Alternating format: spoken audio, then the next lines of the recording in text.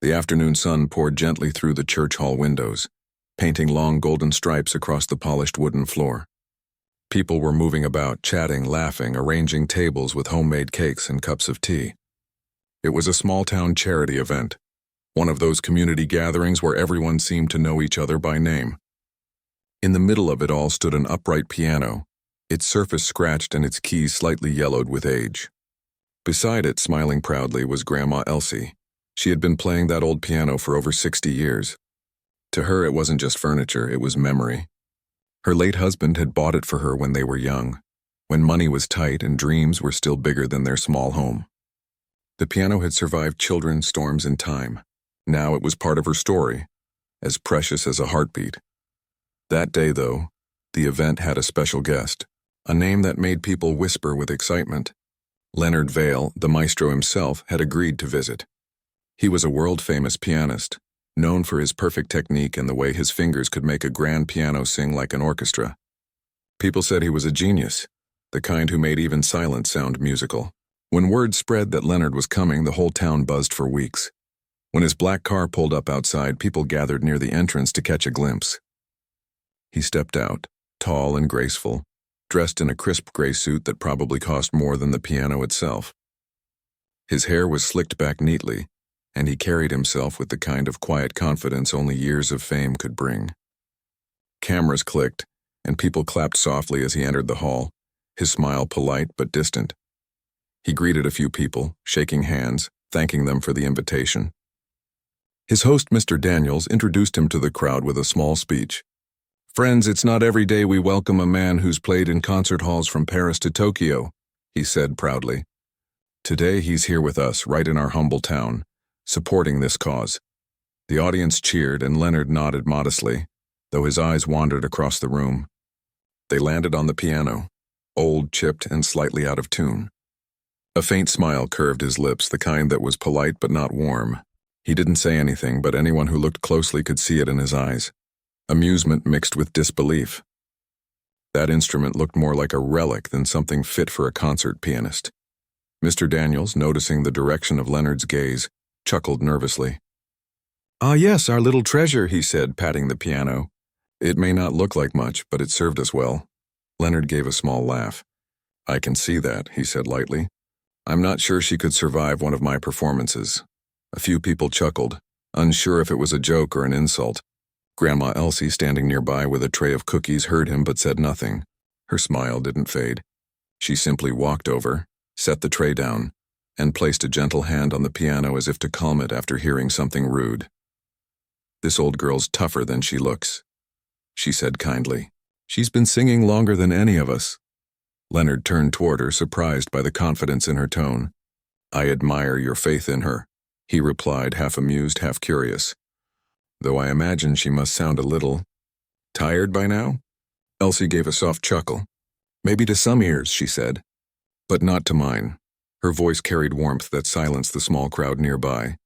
There was no hint of pride, only affection, like a mother talking about her child. Leonard, perhaps realizing his remark might have come across as rude, smiled apologetically. "I meant no offense," he said.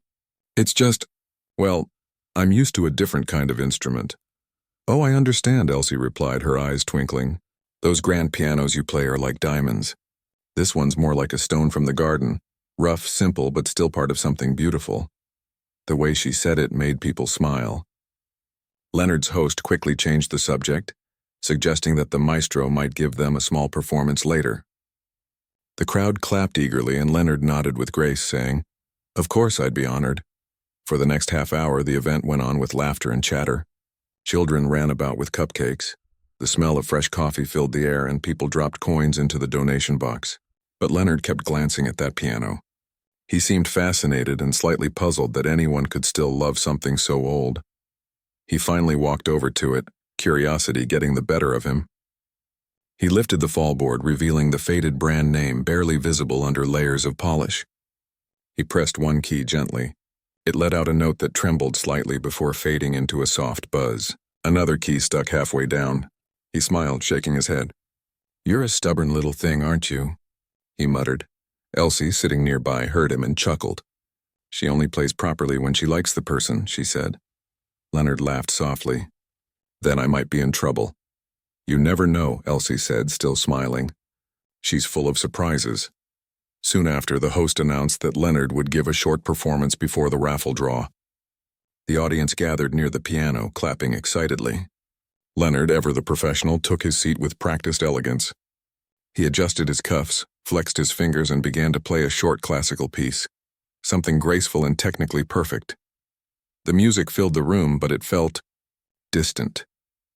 The notes were beautiful, yes, but there was a coldness to them, like listening to a recording instead of a human soul. The piano struggled to keep up. Some notes rang off key, others died too soon. Leonard finished with a charming smile and received generous applause. Wonderful, the host said. Even our old piano sounds grand in your hands. Leonard stood and bowed slightly. Thank you, he said, though I think she's earned her rest. Elsie stepped forward slowly, her hands folded. Oh, she's not tired yet, she said softly. May I? The crowd turned toward her. Leonard looked surprised. You play? He asked, trying to hide his doubt. A little, she said with a smile. Just old songs. Nothing fancy. He gestured politely to the bench. By all means. Elsie moved with the careful grace of someone used to being patient with her body. She sat down, her back straight but relaxed, her hands hovering over the keys. The room fell quiet. Even the children stopped fidgeting. Leonard stood nearby, half curious, half amused. He expected a simple, clumsy tune, something sweet but forgettable. But before she played, Elsie looked up at him and said softly, You know, this piano has a bit of history. Oh? Leonard asked politely. My husband brought it home after the war, she said. We didn't have much, but he said music would make the house feel full again. I used to play for him every evening after supper. He'd sit in that old chair by the window and hum along, even if I hit the wrong notes. Her voice trembled slightly, but her smile stayed. He's gone now, but I still play for him sometimes. The piano remembers, you see. That's why she plays differently for me. Leonard felt something shift inside him. He didn't know what to say. He gave a small nod, not quite trusting his voice. Elsie took a deep breath, placed her fingers on the keys and pressed the first note. But before the music began, before any emotion filled the room, the story paused there, in that breath between mockery and magic. Leonard didn't know it yet, but those next few moments would change him forever. For now, the piano waited. The crowd held its breath, and in that silent second, between a maestro's pride and a grandmother's love, something extraordinary was about to be born. The room had grown so quiet that even the ticking of the clock on the wall could be heard. Everyone's eyes were on Grandma Elsie, sitting behind that old piano with her fingers gently resting on the keys. The faint hum of conversation that usually filled such gatherings had vanished. Even the children who had been running around moments ago were now sitting cross-legged on the floor, staring at her with wide eyes. Leonard stood a few feet away, his arms folded neatly across his chest. He wasn't being rude. It was just his natural habit to watch with a mix of curiosity and analysis. He had spent years in music schools, concert halls, and grand theaters, where every performance was judged by precision, timing, and mastery. To him, music was structure. It was control. It was perfection. So now, standing before this sweet old woman with a shaky piano, he expected something simple, maybe sentimental, maybe offbeat, but nothing that would impress him. Still, something about her calmness held his attention. Elsie took a soft breath and pressed the first note. It came out a little flat, just as Leonard expected, but before he could judge, another note followed, then another, and slowly a melody began to bloom. It wasn't a song he recognized, but it felt familiar in a strange, comforting way. The tune carried a gentle rhythm, something that felt like a lullaby and a memory woven together. Her hands moved slowly, tenderly, as if she were touching something fragile and precious. The old piano, which had seemed dull and tired a few minutes ago, now sounded alive. Its imperfections gave the melody character. Each uneven note added warmth instead of weakness. It was like listening to a story told through cracked porcelain, beautiful not because it was perfect, but because it wasn't. Leonard found himself leaning forward slightly without realizing it. The melody shifted, softening, deepening. There was sorrow there, but also peace. Elsie's eyes were half closed, her lips barely moving as if whispering a name only she could hear.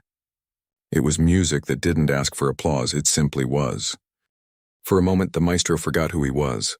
He wasn't the man who filled opera houses and dazzled critics. He was just another listener, standing in a hall filled with townspeople who were all quietly falling under the same spell. As she continued, Elsie's right hand stumbled on a key. The note stuck for a second, buzzing unpleasantly. A murmur rippled through the room, but Elsie didn't flinch. She smiled instead, pressing the key again, slower this time, coaxing it back into harmony. The sound wavered, then settled. Leonard noticed that small moment and felt something stir in him, a kind of humility he hadn't felt in years. When she reached the final verse, the melody grew softer, almost like a whisper fading in the distance. Her fingers lingered on the last note for a long moment before letting it go. Silence filled the room once more, deep and heavy, but not uncomfortable. It was the kind of silence that follows something sacred. Then, almost shyly, the audience began to clap. It wasn't loud or rushed, just a gentle wave of appreciation that grew warmer and stronger. People smiled at her, some with tears in their eyes. Even the children clapped softly, as if afraid to break the magic. Elsie turned to them and gave a little bow, her cheeks glowing. "Thank you," she said, her voice warm and trembling with emotion. "That was for my husband. He always loved that tune." The crowd clapped louder now, moved by her words. Leonard stood still, his mind racing. He didn't clap at first. He was too busy trying to understand what had just happened. How could something so simple feel so enormous? The song wasn't complex. The notes weren't precise, but it had reached a place in him that no flawless performance ever had. When the applause faded, Elsie turned to Leonard with that same gentle smile. "She didn't fall apart," she said softly, patting the piano as if to tease him. The words were simple, but they hit him like a gentle lesson. He smiled back, humbled, and said quietly, "No, she didn't." A few people nearby laughed kindly, unaware of the deeper current running between them. The host, Mr. Daniels, clapped his hands together and said, "Well, that was something special. I don't think anyone expected that." Elsie stood up slowly, her knees a little stiff, and gestured toward the piano. "She just needed someone to believe in her," she said. Leonard felt a strange lump in his throat. He didn't usually get emotional, at least not in public. He was trained to perform, not to feel. But as he looked at her, this elderly woman who had just played her heart out on an instrument he had mocked, something in him cracked open a little. He stepped forward, lowering his voice so only she could hear. "That was beautiful," he said sincerely. "You play with so much heart," she smiled, tilting her head. "Oh, I don't play for perfection," she replied. "I play to remember. That's what music is for, isn't it? To hold on to things we can't touch anymore." Her words sank deep into him. He had spent so many years chasing perfection that he'd forgotten the reason he started playing as a boy. The way his mother's old radio had made him cry. The way melodies used to make him feel something, not just impress someone. The rest of the afternoon went on as planned. There were raffles, more laughter, and small conversations, but Leonard stayed close to Elsie. He asked her about the song, where it came from, what inspired it. She told him she'd written it decades ago during the hardest year of her life. Her husband had been away working in another town and letters took weeks to arrive. The loneliness had been heavy, so she turned to music. The tune became a kind of prayer for his safe return. When he came back, she said softly, "I played it for him, and he cried. He said it sounded like home." Leonard swallowed hard. "That's the most honest reason to write a song I've ever heard." She chuckled. "Well, I didn't write it to be fancy. I just wrote what I felt. Sometimes that's enough." Later, as people began leaving and the lights dimmed, Leonard sat alone at the piano. Elsie was across the room, packing away some things, humming quietly to herself. He placed his fingers on the same keys she'd touched earlier. For a moment, he didn't play anything. He just sat there, listening to the faint echo of her melody in his mind. Then slowly he began to mimic it, softly, tentatively. The piano answered him, still a little out of tune, but now he didn't mind. It wasn't about the sound anymore. It was about the feeling behind it. When Elsie noticed, she walked over quietly and stood beside him. "Careful," she said with a wink. "She might start liking you." He laughed, a real, genuine laugh. "I'd be honored if she did."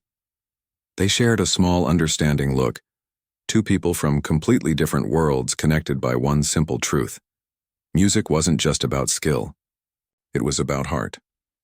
Before he left that evening, Leonard thanked her again. "I won't forget that song," he said. "I hope not," she replied. "It has a way of following people around," and it did. That night, in his hotel room, Leonard couldn't sleep. He kept hearing that melody in his head over and over. It was like a voice whispering something he'd long forgotten. He sat at the small keyboard he always carried when traveling and tried to play it again. The sound was clean, flawless, but it didn't feel the same. He stopped and closed his eyes, remembering the way Elsie had played, how she let the imperfect notes live, how she smiled through the mistakes. For the first time in years, Leonard realized that perfection had made him lonely. He had been chasing applause instead of connection. He picked up his phone and recorded a short voice memo of himself humming her tune. He didn't know why. Maybe because he wanted to keep it safe, maybe because it felt sacred. Somewhere deep down, he already knew this moment wasn't just a passing encounter. It was something that would stay with him, shape him.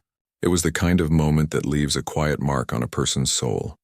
The next morning, as the town woke up to another peaceful day, Leonard packed his bags. But before leaving, he stopped by the hall again. The door was unlocked, the morning light spilling inside. The piano sat there alone, sunlight warming its wooden surface. He walked over and touched it gently, almost reverently. "You did good yesterday," he whispered, smiling. "You reminded me what music really is." Outside, birds chirped softly. The air smelled of fresh bread from the bakery down the street. Leonard stood there for another minute, then turned to leave, but not before glancing back one last time. Something in that quiet little hall had changed him. He didn't know it yet, but the melody of that old piano and the kindness of one humble grandmother would soon travel far beyond that small town, reaching people who'd never even met her, and as he walked away, the faintest echo of her song followed him, carried by memory, by gratitude, and by the heart of a man who had finally remembered how to feel. The next few days passed quietly for Leonard, but something inside him wasn't the same. He went back to the city where everything moved fast. The cars, the people, the noise, the pressure. He had rehearsals, meetings, interviews, and a schedule that barely gave him time to breathe. But through it all, that melody from the old piano kept echoing in his mind. It was strange. He had played some of the world's greatest pieces, yet this simple tune from a small-town grandmother refused to leave him. At night, when he sat alone in his apartment, he found himself reaching for his piano without even thinking. The grand piano in his living room was a perfect instrument, polished and flawless, tuned every week by the best technician in town. But when he pressed the keys, the sound felt empty somehow. Too perfect. Too clean. He tried playing Elsie's melody on it, but it didn't sound right. It was as if the song belonged to her piano and her heart alone. He closed his eyes and remembered her words. "I don't play for perfection. I play to remember." Those words echoed louder than any applause he'd ever received. He realized how long it had been since he played for that reason. For feeling, for love, for memory. Somewhere along the way, music had become his job, not his joy. The next morning, he canceled one of his meetings. His manager was surprised. "You never skip rehearsals," she said. "I just need a day," he replied. To think. To play. He sat by the window with a cup of coffee, watching the rain fall, and for the first time in years, he started writing something of his own. It wasn't for a concert or a record. It was just for him. The melody was soft and simple, inspired by the tune Elsie had played. He didn't copy it, he couldn't, but he used its spirit, its warmth. Every note he wrote carried a piece of what he'd felt that day in the church hall. Hours passed without him noticing. The rain stopped. The sky cleared. When he finally leaned back and listened to what he'd created, he felt something deep inside him stir.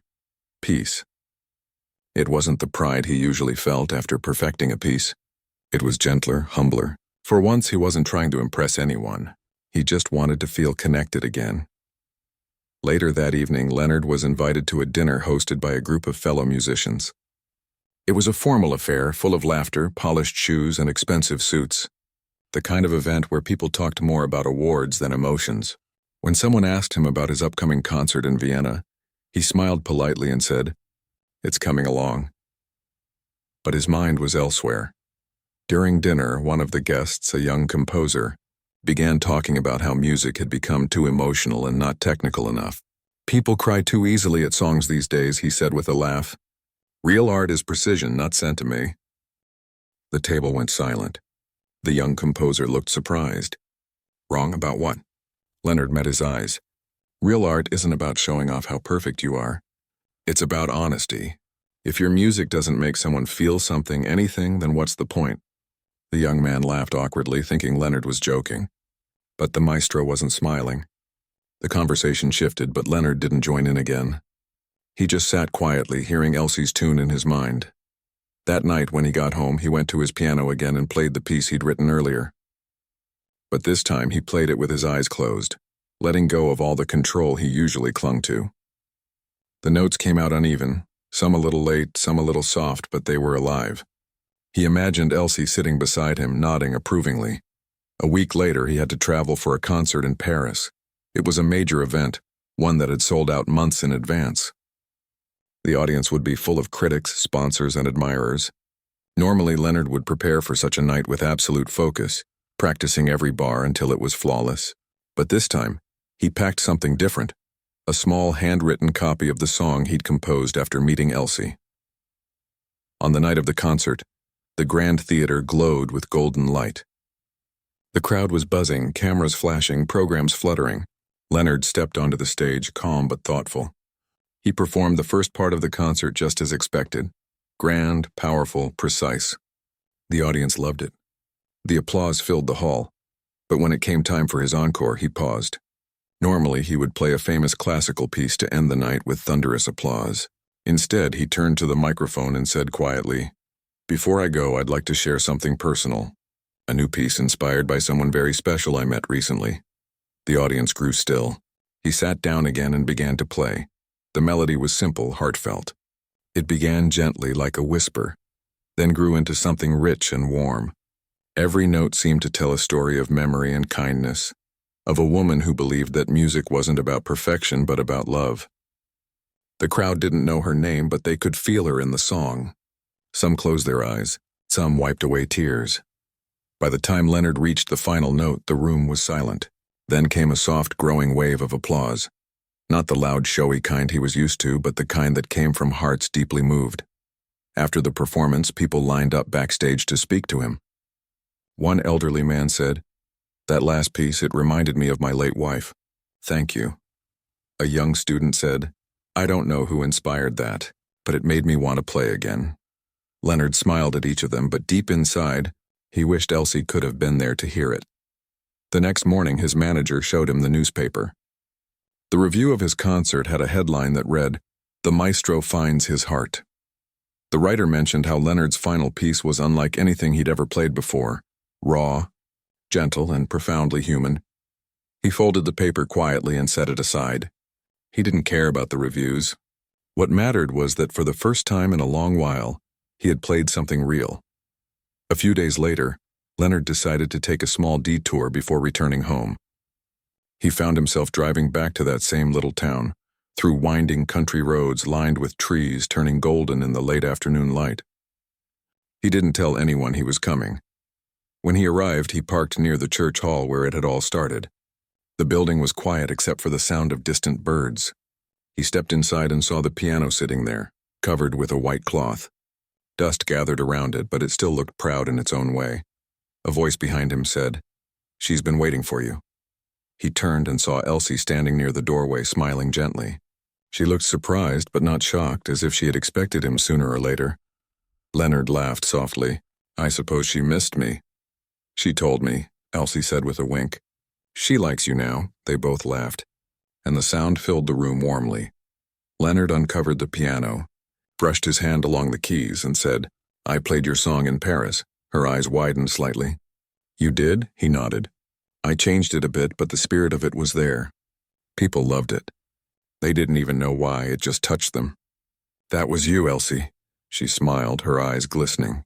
"Oh, I didn't do anything special. I just played what I felt." "That's exactly what made it special," he said. They spent the afternoon together, sharing stories and music. She showed him some old sheet music she'd written by hand years ago, simple melodies inspired by moments of her life, birthdays, storms, quiet evenings. Leonard was amazed. There was honesty in her music, a kind of truth that no conservatory could teach. As the sun began to set, painting the room in soft orange light, Elsie asked him to play one more song. "Play the one you wrote after you left," she said. Leonard sat down and began to play the piece, the one inspired by her tune. The old piano responded gently, its sound imperfect but full of soul. Elsie closed her eyes as she listened, a peaceful smile spreading across her face. When he finished, she said quietly, "That's the sound of someone remembering." He looked at her, and for a moment words failed him. Outside, the evening breeze carried the faint sound of the piano into the open sky. The small town was quiet, unaware that inside its little hall, two hearts had just shared something timeless, something that couldn't be recorded, only felt. And as the last light faded, Leonard realized something that would stay with him forever. True music doesn't come from talent or fame. It comes from the stories we carry, the people we meet, and the moments that teach us how to listen again. Weeks passed after Leonard's quiet visit to Elsie's town, but her melody still lived in his heart like a flame that refused to fade. Everywhere he went, the airports, the hotels, the concert halls, he could hear that tune lingering at the edge of his thoughts. It wasn't haunting him, it was guiding him, reminding him of something pure, something he had almost forgotten. Why he loved music in the first place. He had played for kings, presidents, and thousands of fans. Yet no applause had ever felt the same as that gentle smile on Elsie's face when she said, "That's the sound of someone remembering." Those words echoed in him every time his fingers touched a piano. His next concert was in New York, in one of the most famous music halls in the world. The posters were everywhere, his name printed in bold gold letters. The world expected perfection from him, but he no longer wanted perfection. He wanted truth. During rehearsals, his orchestra noticed something different. Leonard played softer than usual, slower, more thoughtful. His assistant asked, "Is something wrong?" "You're playing with less power than usual." He shook his head and said quietly, "Not less power, just more heart." When the night of the concert came, the hall was full. The lights were bright. The audience glittered with famous faces and fine clothes. Cameras flashed as Leonard walked to the stage, calm and graceful as always. He bowed politely, sat down at the grand piano and began to play the program everyone expected: Beethoven, Chopin, Liszt. Each piece was flawless, the crowd enchanted. But as the concert neared its end, Leonard felt something stir inside him again. He could have ended with a grand finale, the kind of piece that brought standing ovations. Instead, he took a quiet breath and spoke softly into the microphone. "Before we close tonight, I'd like to play something simple. It's not written by a famous composer, but it means more to me than anything else I've learned in my career." The audience fell silent. Leonard placed his fingers on the keys and began to play Elsie's tune, the one she had played for him months ago, and the one he'd reshaped into his own version. The grand piano responded beautifully, though the notes were cleaner and brighter than the sound of that old instrument in the church hall. But Leonard made sure not to polish the melody too much. He kept it gentle, human, tender. Every note carried a memory of her wrinkled hands, her laughter, the warmth in her eyes. People in the audience began to lean forward. The music was quiet but powerful. It spoke of time, loss, love, and grace. Some closed their eyes, others wiped their cheeks. When the final note faded, the hall stayed still for a long, heavy moment. Then, like a soft wave, applause began to rise. It started small, then grew louder, spreading through the hall until everyone was on their feet. Leonard stood bowed once, but didn't say anything. Words would have ruined it. He simply looked up at the balcony for a second, as if Elsie herself might be there smiling. After the concert, a journalist approached him backstage. "That last piece," she said, "it wasn't in the program." "Who wrote it?" Leonard smiled faintly. "Someone who reminded me what music really means." "Will it be published?" she asked. He paused. "Maybe, but some songs belong to the heart more than the world." The story of that performance spread quickly.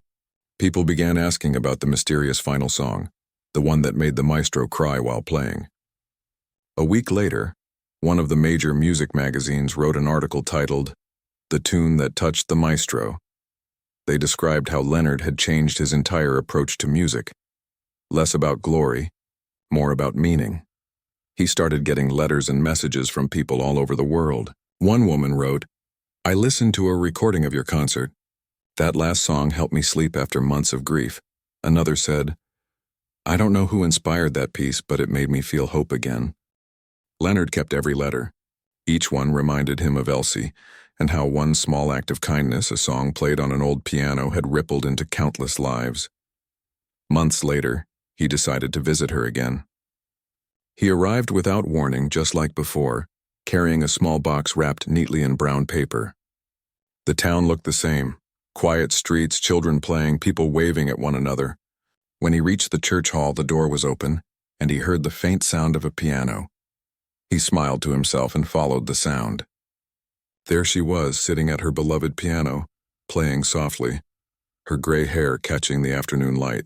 When she saw him, she stopped and smiled warmly. You again, she said playfully. I thought you'd forgotten about us little people. Never, Leonard said, walking over. I brought you something. He handed her the box. Inside was a framed copy of a concert poster from New York. Below the printed program, written in his own handwriting, were the words, Final piece, Elsie's tune. She looked at it quietly, her eyes welling up. Oh, you didn't have to do that, she said softly. I wanted to, Leonard replied. That song changed me, Elsie. And now it's changing others too. She touched the frame gently. I'm proud of you, she said. But don't ever forget, music is only magic when it comes from the heart. He nodded. I won't. You made sure of that. They spent the afternoon together again, just like before, sharing tea and talking about life.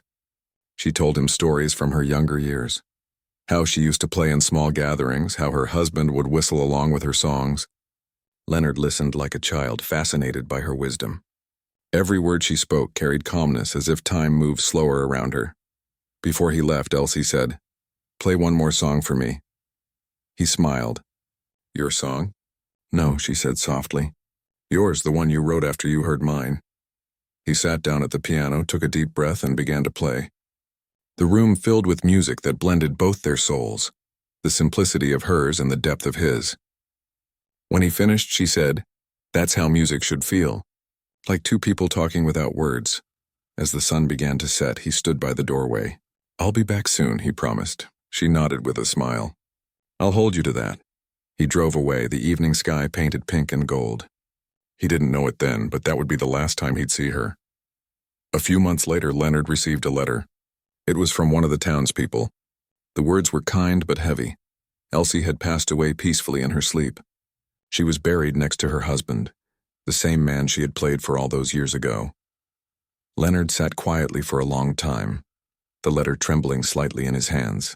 He felt an ache deep inside, not just sorrow, but gratitude. He didn't cry at first. Instead, he went to his piano and sat there in silence. Then slowly, he began to play her tune again. This time, the notes came out softer than ever, fragile and beautiful. Tears finally fell, rolling down his cheeks as he played. Each note was a goodbye, a thank you, a promise. When the song ended, he whispered, Thank you, Elsie, for reminding me what music really is. In the weeks that followed, Leonard arranged for a small fund to be created in her name, the Elsie Music Trust. It provided instruments to small towns and schools that couldn't afford them. His only rule was simple. Every piano donated had to carry a small plaque that read, Play to remember, not to perfect. When the first piano was delivered to her town's community hall, the same one where they had met, the townspeople gathered. Children pressed the new keys with wonder, and some of them tried to play the melody they'd heard about from their parents.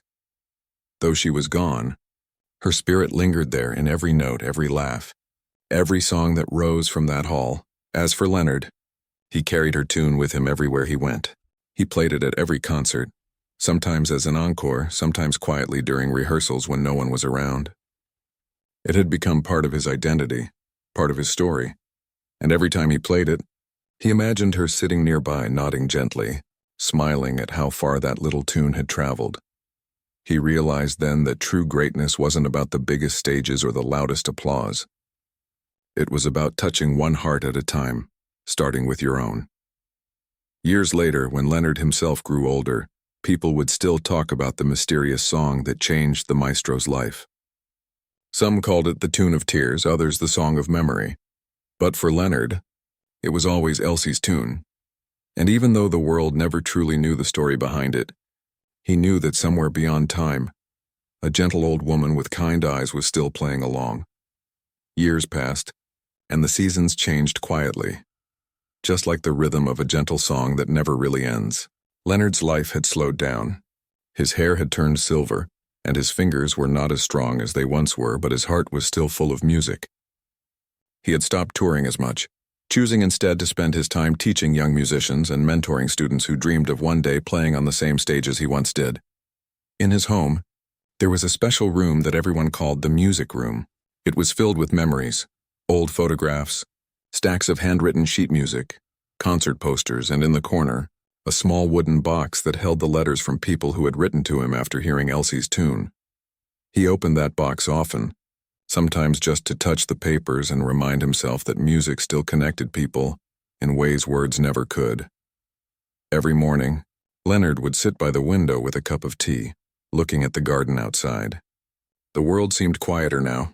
Fame and applause had once meant everything to him, but now silence meant more. It gave space for memories to speak. One morning, as sunlight streamed through the curtains, he received a letter from a small town school.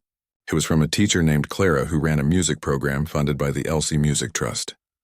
The letter said, "Dear Mr. Vale, our students have been learning to play Elsie's tune. They may not get every note right, but they play it with so much heart. I wish you could see them." He smiled and folded the letter gently. That same afternoon, he decided he would go. He didn't tell anyone, not even his assistant. He wanted it to be a surprise, a quiet visit, just like the one he made all those years ago when he first met Elsie. The next day he drove to the little town. It was a few hours away, surrounded by green hills and simple homes. When he arrived, he saw the small school building standing proudly at the end of a dusty road. Outside, children were playing, their laughter floating in the air like music itself. When he stepped inside, a young teacher looked up in shock. Are you Mr. Vale?" she asked, her eyes wide. Leonard smiled kindly. "Just Leonard, please. I heard there's a special song being played here." Her face lit up. "Yes, the children love it. They call it the Grandma Song. Would you like to hear them?" He nodded. The teacher led him into a small classroom where about a dozen children sat in front of tiny keyboards and one upright piano that carried a small brass plaque. It read, "Play to remember, not to perfect." Leonard's chest tightened when he read those words. He stepped closer to the piano and gently ran his hand over the plaque. The teacher whispered, "That piano was donated by your foundation years ago. We take good care of it." He smiled softly. "I can tell." The children were excited and a little nervous. One boy asked, "Sir, are you the man who made the song?" Leonard chuckled and nodded. "I suppose I am. But someone much wiser wrote it before me." The teacher clapped her hands. "All right, everyone, let's play for Mr. Leonard." The room filled with sound. The children played the melody with innocent hearts. Some notes were out of tune, some too fast, but none of that mattered. The spirit was there, the warmth, the love, the honesty. Leonard closed his eyes, and for a moment it felt like he was back in that small hall again, listening to Elsie play. He could almost hear her humming softly between the notes. When the song ended, he opened his eyes and found the children smiling up at him proudly. His vision blurred a little from tears he didn't try to hide. "That," he said quietly, "was perfect." After class, the teacher asked if he would say a few words to the children. Leonard agreed. He stood by the piano and said gently, "You know, when I was your age, I thought music was about being the best, about hitting every note perfectly. But then someone showed me that real music comes from your heart, not your hands. It doesn't matter if you play for 1,000 people or just one. What matters is how it makes you feel." The children listened carefully, some nodding, others holding on to every word. He continued, "The song you played today, it came from a kind woman who believed that music can heal people. She didn't have a fancy piano or a big audience. But she played with love, and that love changed my life. It can change yours too." There was silence for a moment, then soft clapping from the children. The teacher smiled through watery eyes. Later, as the sun began to set, Leonard walked around the small town.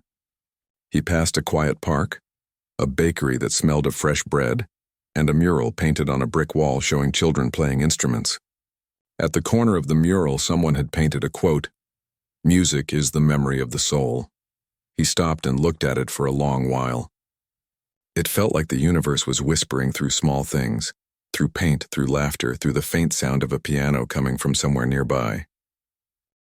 When he returned home that evening, Leonard sat down at his piano and began to write. His hands moved slowly but with deep feeling. The melody that came out was soft, reflective, filled with both sadness and peace. It was a song for goodbye, but also for gratitude. He titled it For Elsie. In the days that followed, he recorded that song quietly, in a small studio with no audience. When the recording was done, he asked that it be released after his passing, not before. "Let it be a thank you," he said. "One final note to the person who gave me back my music." Years rolled on, and Leonard's time eventually came to rest. The world mourned the loss of a great artist, but when For Elsie was released a few weeks later, something extraordinary happened. The song reached people in every corner of the world. Radio stations played it endlessly, and countless listeners shared how it brought them peace, how it reminded them of their grandparents, their families, their own forgotten dreams. Somewhere, in the middle of all that noise, a young pianist heard it for the first time. She was practicing alone in a quiet studio when the melody came through her headphones. She stopped, closed her eyes, and felt tears fall. She didn't know who Elsie was, but she felt as if the song was speaking directly to her. That night, she decided to keep playing, not to be famous, but to be real. Just like the Maestro, just like the grandmother whose tune started it all. Years later, when that young pianist became a teacher herself, she taught her students Elsie's tune. And so, it continued, generation after generation, carried not by fame or perfection, but by heart. Some said Leonard's legacy was his awards and honors. Others said it was his concerts or recordings. But those who truly knew his story understood that his greatest legacy wasn't a piece of paper or a trophy. It was the simple melody born, in a small town, played on an old piano by a grandmother who believed that music had the power to heal. Some nights, when the world grew quiet and the stars hung low, people swore they could almost hear it. The faint sound of a piano somewhere far away, playing a melody soft as a whisper. Maybe it was the wind, or maybe it was something else, something eternal, something true. And in that sound lived everything. Laughter, tears, kindness, memory, and the gentle reminder that the most beautiful songs in life are not those that win awards, but those that touch hearts.